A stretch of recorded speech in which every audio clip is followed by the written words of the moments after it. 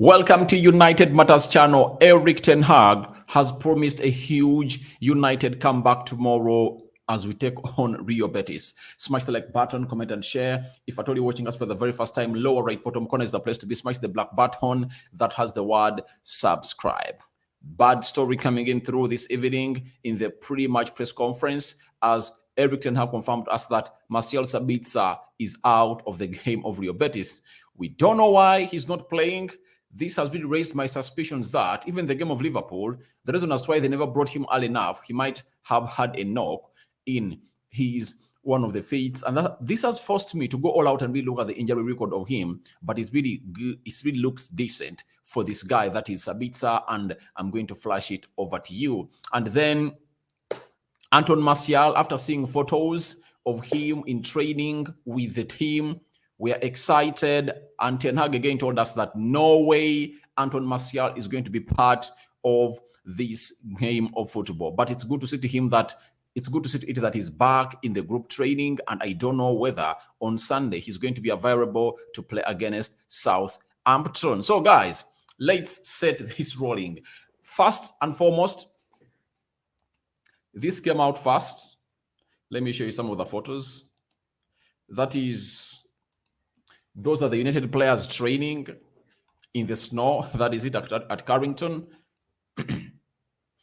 This is Carrington. It was a snow day in England. And then we saw Anton Martial taking part in training. Look at Freddie behind him. And Martial was back in group training. And the photos were really hard. The last time we saw him, he was training alone with Van der Gaar. And this time around, we got hold of him when he's playing with Manchester United. And this is the other one. When he's with Lindelof, Lindelof also is one of those players that had a setback towards the Liverpool game, and he never got himself included into the team, the squad that traveled to Liverpool, but he's back. But for Anton Martial, however much he's back in team training, Eric Ten Hag has gone ahead to confirm to us that he's not available for the game of Rio Betis with Marcel Sabitzer. And in his own words, this is what Ten Hag had to tell us about these players and their absentia from the club duties. He told the journalists that were at Carrington in the press conference that Marcel Sabitzer is not available, just like Anton Martial. For the rest, everyone is available and we are ready for the game. Now, Sabitzer is really going to be a big miss. If you watched my match preview yesterday that I uploaded on this channel, I predicted that Sabitzer is going to be amongst those players to come in and really start this beautiful game of football as United takes on Rio Betis. And I thought it was a very good example, or it was a very clear scenario that is going to come in and play alongside Casemiro and then see how it happens. In the history of Manchester United, it would have been the very first time for Sabitzer to start with Casemiro in the double pivot role. But we've been told by the manager, Sabitzer is out of this beautiful game of football they're going to play against Rio Betis. To me, that really threw me away. And I said, let me go a little bit and see what has been the injury record of Sabitzer. And I found myself something here that I found important for you, especially the viewers of this channel, known as United Matters channel. And I went to Google and I said, maybe we signed an injury-prone player. I went ahead to check, as you see on your screen. On May 13th, 2022, he missed out 5 days without... He was out for 5 days and missed out one game. That is Sabitzer. As you see here, he had a muscular problem. Then November 20, December 2021, he missed out for 25 days and he had what we call a calf problem. So he missed out on 25 days. You get? That is him. So when you look at his record, injuries don't keep him out for so long. And he has just gone ahead to miss just 6 games ever since he joined Bayern Munich. And RB Leipzig, when you look, the injuries he was missing 1 game. 3-1-2, unless in 2018, 2019, when he got a shoulder injury and missed out for almost 3 months. You get? That is Sabitzer, and he got the injury during the preseason and missed out the 6 starting games of the season. So it shows you how this guy is not injury prone. And when I looked at this, I just knew that maybe Ten Hag is going to come out tomorrow and tell us that Sabitzer is ill. He never gave us the reason, but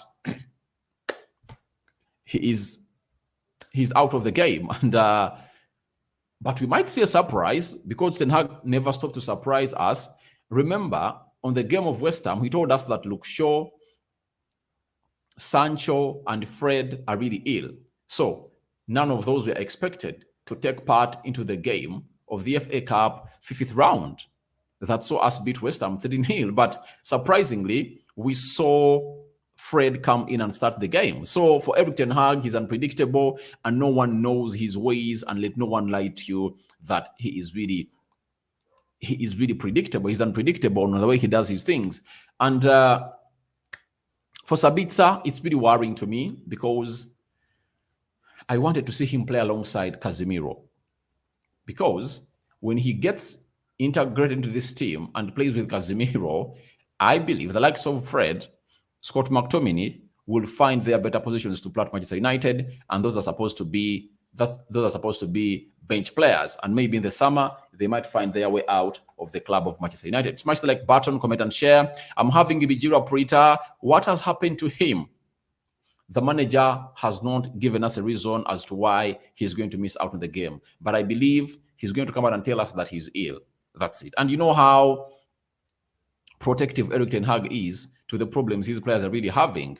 You know how he brought out that injury of Antoine Martial. He told us that he's now having a hip problem, but he has been available. And then he told us that he has to make himself available. So there is the way he comes out to protect his players, or to be so much protective over his players, because he knows what exactly it means. If at all he really gives out a story that is not up to standards to the media, they will go ahead and really exaggerate it, because players that are not English are almost targeted in the Premier League. So smash the like button, guys. We're having 30 people watching in and only 3 people smash the like button.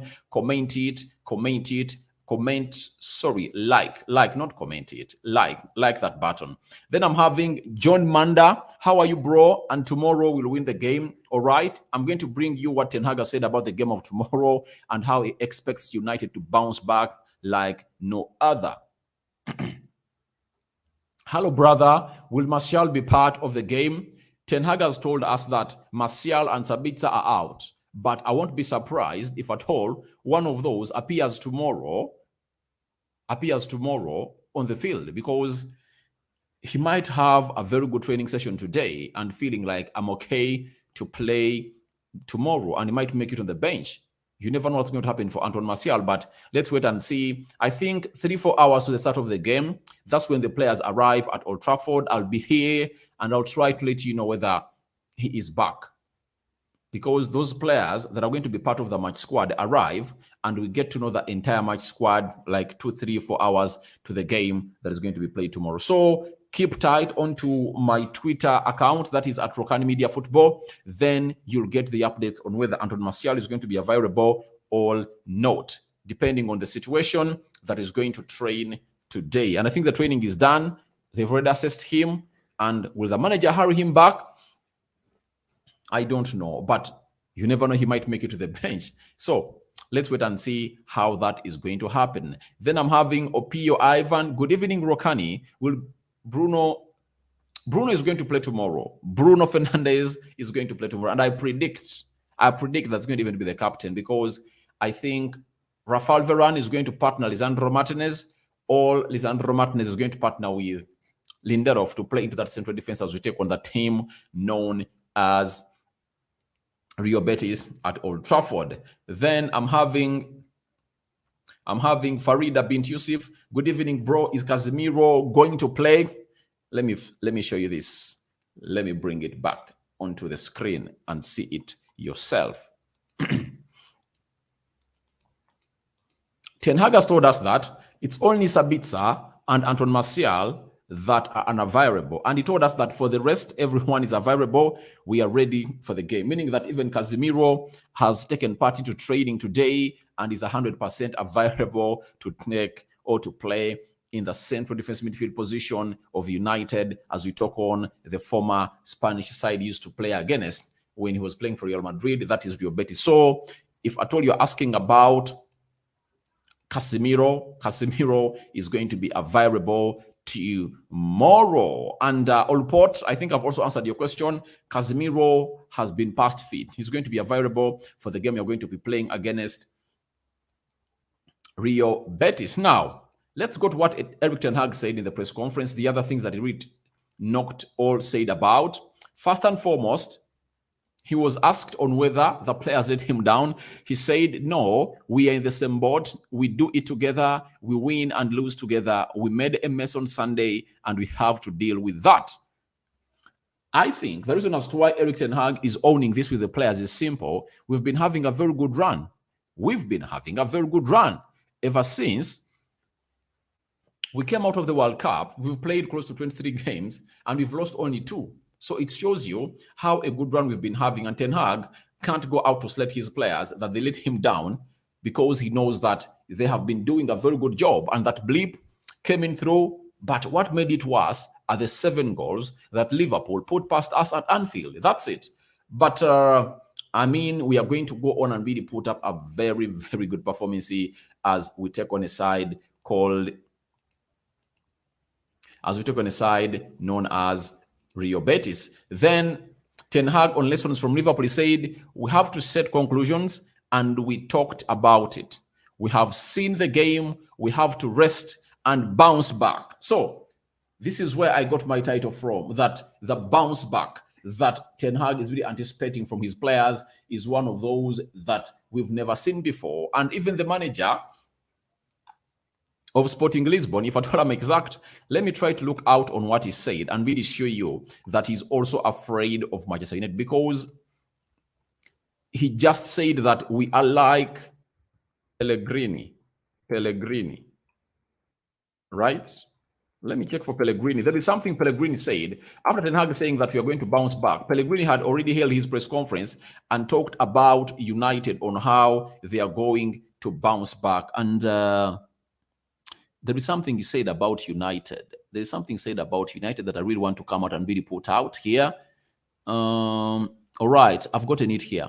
I want to flash on the screen and you guys see it, because he's just so much afraid about us. And he was talking to the Telegraph, and I think I've gotten it right. Yes. After Ten Hag hinting about our comeback, then the manager Pellegrini is the most afraid of us, because he knows what it means to come out and really throw it to Manchester United. So the manager of Rio Betis said, I don't think Manchester United have ever been hit as hard as this. I don't know how the team will react, whether they will go down or come at us with a knife between their teeth. So he doesn't want to come out and say that it's going to be a hard game for them, trying to leave it 50-50, whether United will come full steam or full strength. Will we have come in when they are really fully gassed? That is something that he didn't go ahead and really talk about, but he talked about us coming with a knife between our teeth. So Ten Hag has promised us a comeback, and the manager of Rio Betis is also afraid that we might turn out in a very humiliating manner that could make them get a loss that they've never gotten in their life. Ten Hag is promising a bounce back, and I think we are going to have it at Old Trafford tomorrow, because that is a fortress, guys. That is a fortress. It's a fortress, and this is where we are supposed to rectify everything we did wrong in the game of Liverpool, and obviously get ourselves going to the levels of really securing the next position of the UEFA Europa League, that is the quarterfinals. Remember, we knock them out, we go to the quarterfinals, and what a best way to beat them and destroy them at Old Trafford. We go to their stadium and obviously play easy and then protect our lead. A draw or a win, we go through to the quarterfinals. I think that will be better. Then Ten Hag on Fernandes said, yes, definitely, he's still the captain. I think he's playing a brilliant season. He's played an important role in the position that we are. He's giving energy to the team, running a lot with intensity in the right way. He's pointing and coaching. He's pointing and coaching players. He's an inspiration to the whole team. No one is perfect. Everyone makes mistakes. I'm really happy to have Bruno Fernandes in my team, and I'm happy with him as our captain with Harry known onto the pitch. So Ten Hag is backing Bruno Fernandes. Guys, you know, what people should understand is every player is as good as his previous 90 minutes. You get? Having lost 7-0 to Liverpool, with all the petulancy that Bruno Fernandes exposed on the field of play, fans had to go for him. But the way we went at him was okay for us. But who added salt to the injury? It is Gary Neville, who said that he wanted to come off. As Rashford was taken off, Bruno Fernandes was signaling to the manager that I want to go off also.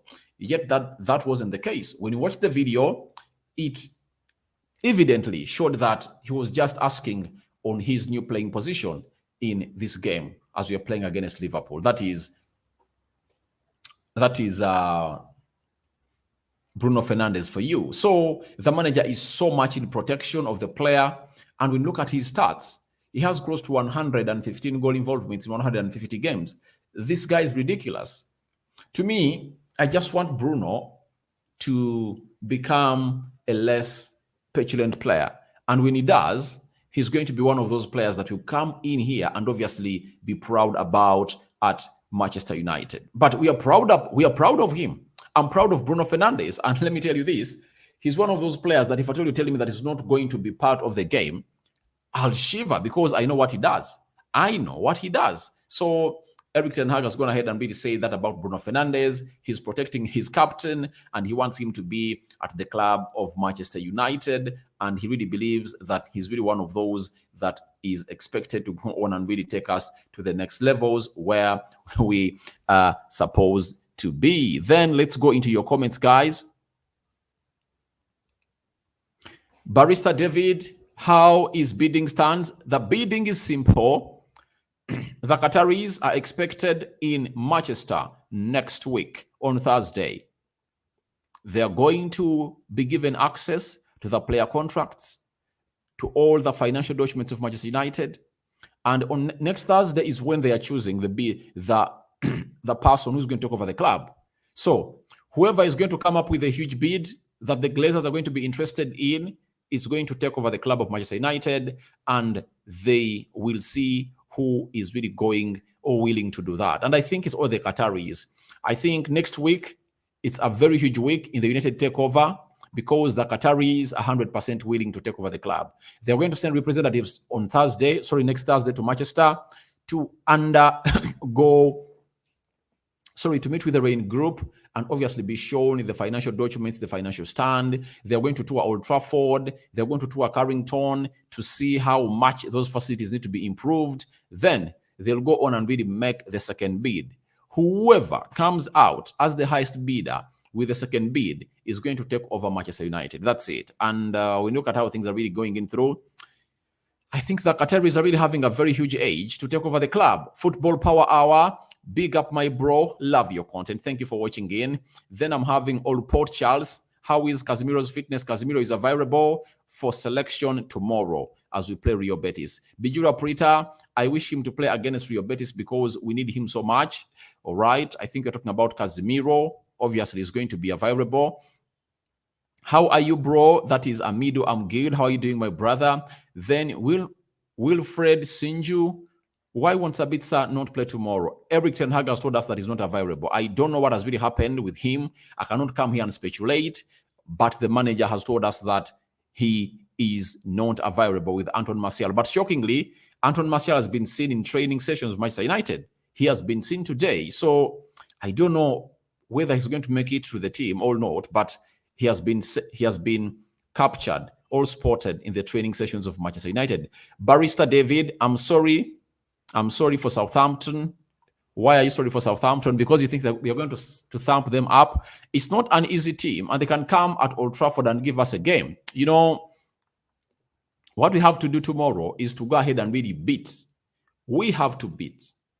We have to beat Rio Betis convincingly, such that we gain that confidence. I mean, this has been at Old Trafford. We need to send a statement to Southampton by beating Rio Betis bad on Thursday, such that they feel the pain. You get? Then Muoya Precious, Brokan David, how are you? Why is not Sabitzer unavailable for the UEFA Europa League game?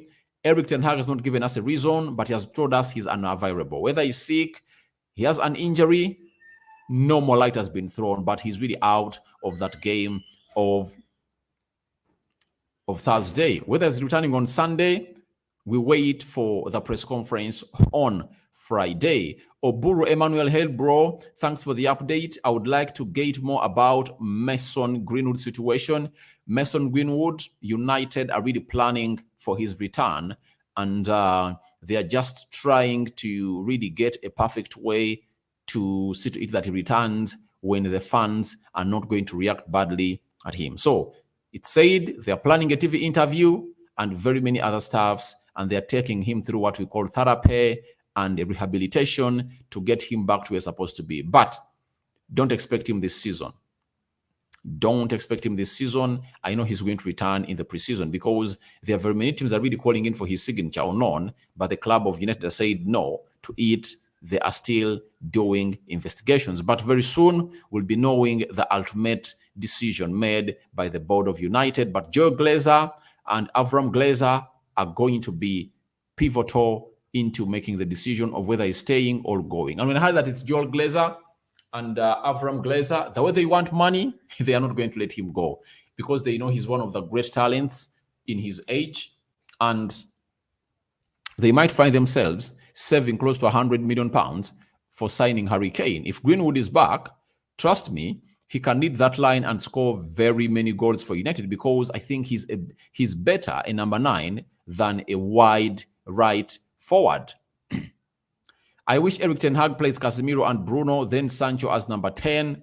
Bruno has no positional sense of playing in a double pivot. He can't play into that position, Bruno. I've seen him on several occasions. Even when he receives a ball there, you see to it that he goes in for flips that are really uncalled for. So there is no way he can play into that position, according to me. I believe he's better as a cam, only number 10. Then, hey, I have just subscribed to your channel. Thank you, Akel Macase. Thank you for subscribing. And don't forget to hit the notification bell. That will enable you to get notified every time I upload a video onto this channel. Then I'm having Brian Lutaya talk about Greenwood, bro. I think I'm done. I've talked about him, and I think I've served you right. John Biamukama, thanks, bro. Update me on the goalkeeper who we got on loan. Botland was brought in on loan because Debrecka just found himself returned to Newcastle after his loan contract was really terminated. Remember, some teams put clauses that if at all you go past like 17th of January, when you've not yet called for this player, that means you want him to stay. So they called him back before that date, and United went in for Jack Butland. And Butland is really an experienced goalkeeper in the Premier League, but I think he has failed to click. And the main reason as to why they brought him in was simple. Ten Hag wanted to be having 3 goalkeepers, with De Gea as the first choice, and for Butland and Tom Heaton to tussle it out for the second choice goalkeeper of Manchester United. But Butland is experienced, but I think he has not yet made it through to that level. How far, brother? All with what? That is Francis Ihenekweme. I don't know what you're talking about. Then why Manu wants to sell Henderson goalkeeper? I think they have to sell him. Do you know why they have to sell him? He can't be a second choice goalkeeper. And keeping a goalkeeper at Old Trafford who is unhappy, like Dean Henderson, that means you are going to disorganize your dressing room. That is something that you would last hope to happen to this team of United. Dean Henderson was even talked to by Eric Ten Hag around December, and he said he's not going to return. That's it. So he doesn't want to be here. He doesn't want to be here. I think the best thing is sell him. Let's sell him, get like 30 million pounds, and then we move on. We jog on, because you can't try to bring a player back to the team when his choice is only one, that I'm only returning if at all I'm the first choice goalkeeper. But sincerely speaking, can you put Dean Henderson ahead of David De Gea on any day? You can't. You can't. Kumbulani, Moyo, how about Anthony? There are two Antonys. You're talking about Anton Martial? All right, Anton Martial. Martial has been seen in training today, training with the team of Manchester United. He was all smiles, and seeing a happy Anton Martial is really great every time. But the manager was really insisting that Martial is also unavailable. But you've seen him today in the training session of Manchester United, and it was a full training session with group members. So this is Anton Martial training with Manchester United today. So if at all I see him in the match squad tomorrow, I'm not going to be shocked. I'm not going to be shocked, not even for a second, because I believe he is now fit. He's now fit and finding his fitness, though Erik ten Hag has gone ahead to really tell us that he has been playing when he's unfit. If at all he can be able to find his fitness, then he can come up and really score very many goals. Remember the last time he played for us, he came on and scored a goal against Nottingham Forest. That is Anton Martial for you. Then Francis is telling us that is Greenwood come back to United? I think that's a question that's going to be answered after the season is done. That's it. But he has talked to Erik ten Hag. He has been given permission to talk to United players that he was with in the academy. So it's not far away from return. And the season is really coming to an end because we're in the final bend of the season. Then Barrister David, how was last 5 games for Betis? Betis, you're talking about Rio Betis. Their last game they played against Real Madrid, they drew 0-0. And they hosted Real Madrid there. Then, after drawing with Madrid 0-0, they went away at Elche and they beat Elche by 3-2. Then they beat Valladolid by 2-1 at home. They went away at Almeria and they beat Almeria by 3-2. Then they lost to Celta Vigo at home 3-4 after they got a red card. And they lost to Barcelona on the 1st of February by 1-0. Barcelona came to their home and really annihilated. That's not annihilation. And really got 3 points off them. So those are the 5 wins of Rio Betis as they played the game of football in their league known as La Liga. Henderson is no class of Manchester United. He should find the team of his level. To me, I think if at all he was really willing to be patient and act as a second choice goalkeeper for Manchester United, he would easily find himself into the first choice position of Manchester United, because to me, I believe he's a better ball distributor than David De Gea. And David De Gea does short stopping better than him because of the experience. But I think he would have been at Manchester United and obviously keep himself in a position of really being into the replacement of David De Gea, because the reason as why he wanted to go in and really play for Nottingham regularly, he thought that he was going to be considered to go to the World Cup, but he was not even taken to the World Cup. So he made that decision hurriedly because of the World Cup. But obviously, his saves made for Nottingham never counted, and they never really made him fulfill his dream. Then Barrister David, for the goalkeeper issue, we need Costa of FC Porto, right? Very good goalkeeper. Very good goalkeeper is a very good one. Why don't we use Williams instead of Malacia against Betis? If at all Shaw is not playing tomorrow, the guy has good finishing compared to Malacia. You can't compare Malacia with Brandon Williams. You know, I like Brandon Williams, but you can't tell me that Brandon Williams is better than Malacia. That's out. That's out. And Ten Hag believes in playing left-footed players in positions where he thinks they thrive best. If you play a right back at left back, that means every time he's going to bring in a cross, he has to first turn to his other foot.